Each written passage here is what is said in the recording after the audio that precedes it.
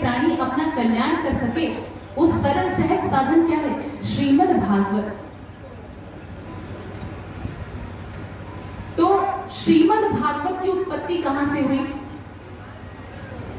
आप सभी को मालूम होगा, लेकिन हम फिर भी बताएंगे कि श्रीमद् भागवत की उत्पत्ति श्री नारायण के मुख से हुई।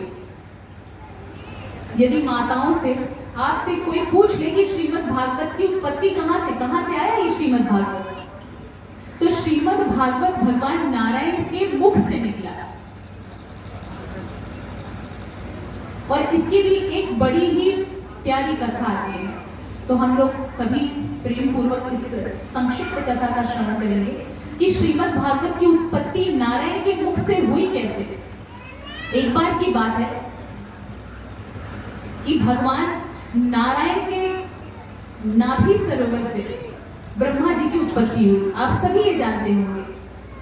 तो जब भगवान नारायण ने ब्रह्मा जी को उत्पन्न किया, ब्रह्मा जी उत्पन्न होते ही महाराज ये सोचने लगे कि मैं कौन हूं और मुझे उत्पन्न करने वाला कौन है, मुझे क्या करना है, मेरी आधार शक्ति कौन है। अब ब्रह्मा जी को तो कुछ पता ही ना चले। माताएं प्लीज बात ना करें आप, यदि आप बात करेंगी तो कथा नहीं श्रवण कर पाएंगी। यदि आप लोग बात करना चाहते हैं तो हम कथा स्थगित भी कर सकते हैं। यदि आपकी रुचि ना हो कथा श्रवण करने की तो आप हमें बता सकते हैं।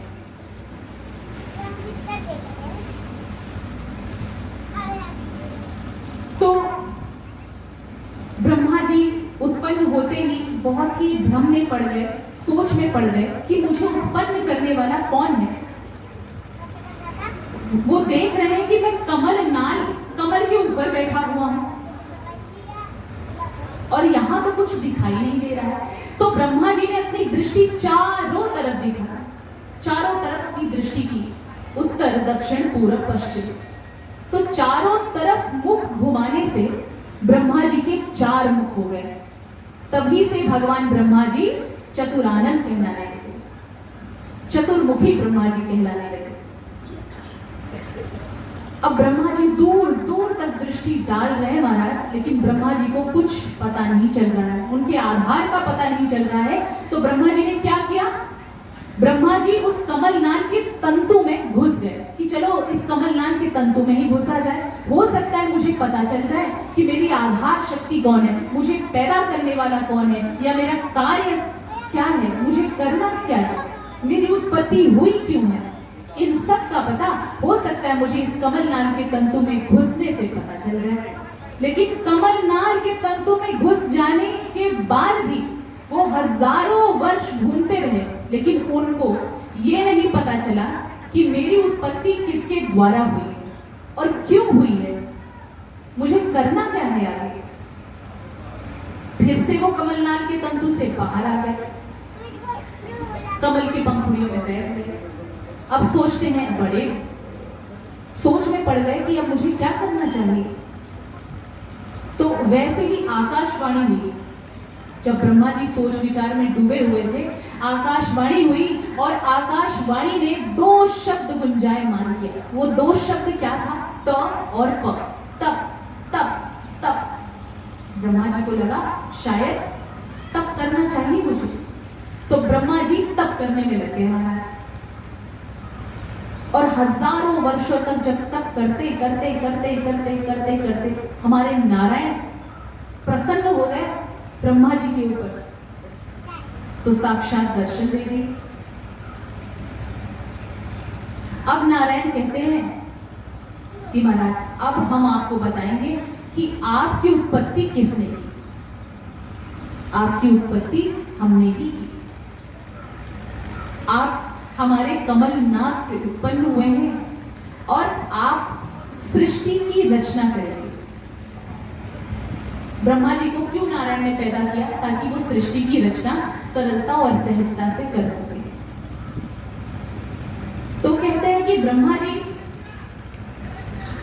आज मैं आपको एक बहुत ही गुप्त ज्ञान देने वाला हूं, बहुत ही गुप्त ज्ञान देने वाला हूं। इसे बड़े ही ध्यानपूर्वक सुनिए।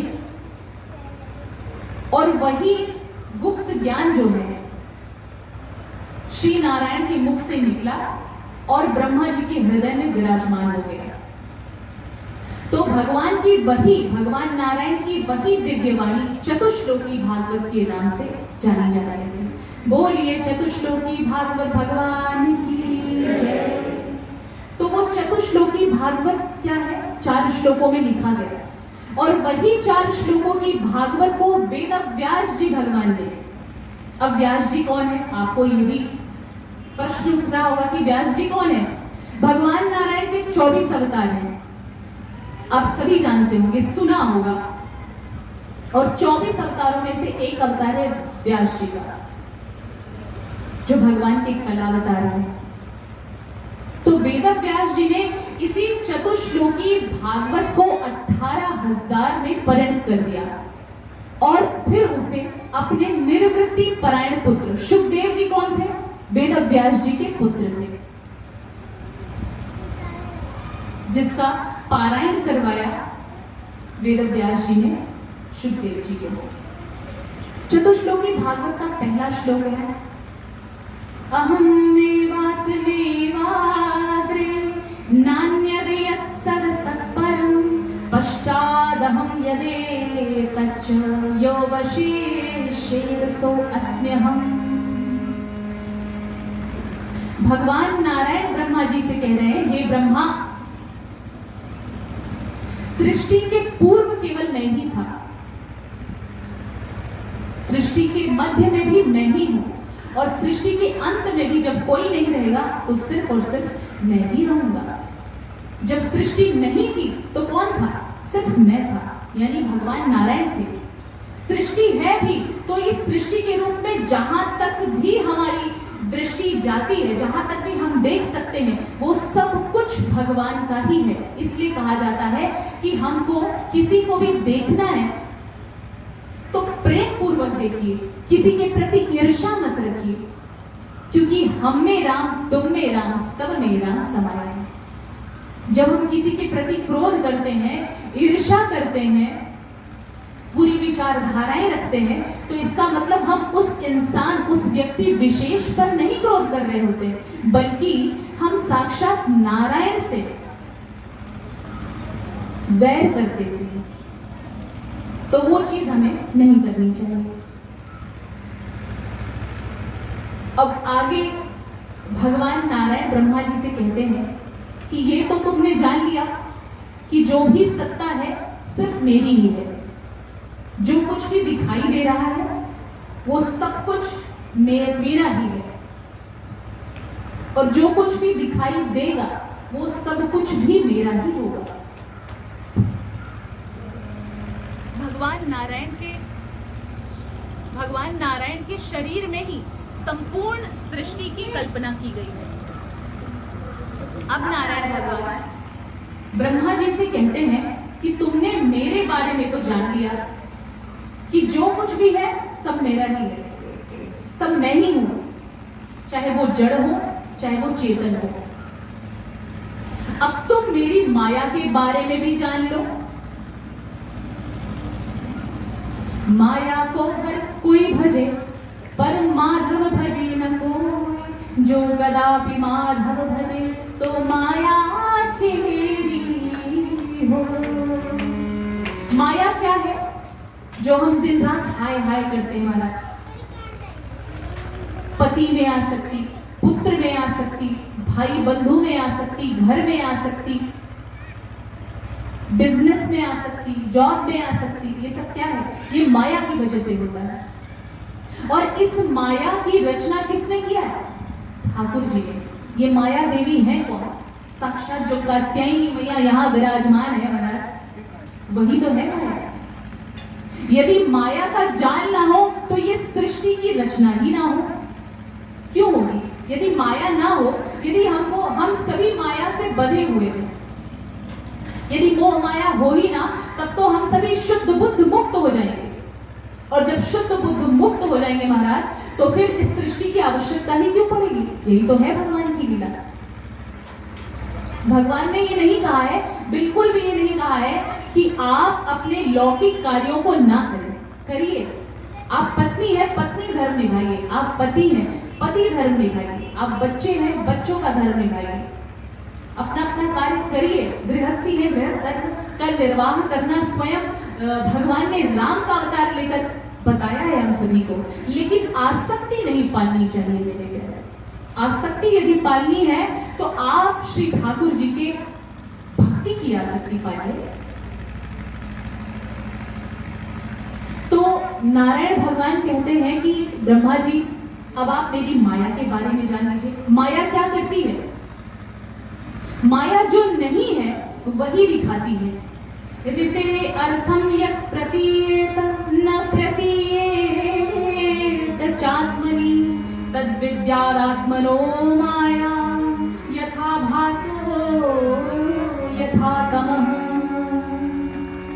माया क्या करती है? जो नहीं है वही दिखाती है, और जो है वास्तविकता है, और जो वास्तविक रूप से है, सर्वत्र विराजमान है एक रूप से, उसे हम नहीं देख पाते। भगवान है हरि व्यापक सर्वत्र समान।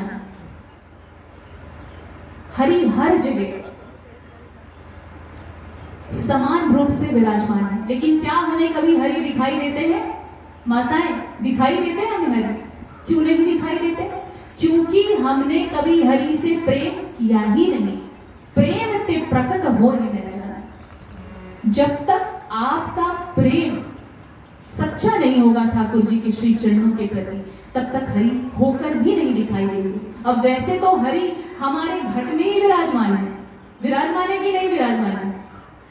बताइए माताएं, विराजमान है हरि, लेकिन दिखाई देते हैं? नहीं दिखाई देते। क्यों नहीं दिखाई देते? क्योंकि प्रेम नहीं है सच्चा।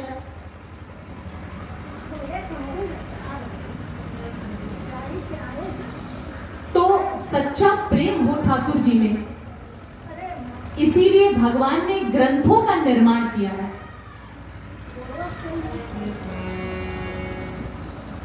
जाने बिनु न होई परतीति, और बिनु परतीति हो ही नहीं प्रीति। जब तक हम भगवान को, ईश्वर को जानेंगे नहीं, तब तक उनसे प्रेम होगा नहीं होगा। और जब तक प्रेम नहीं होगा तब तक माया मोह से पीछा भी नहीं छूटेगा। प्रेम से बोलिए जय जय श्री राम।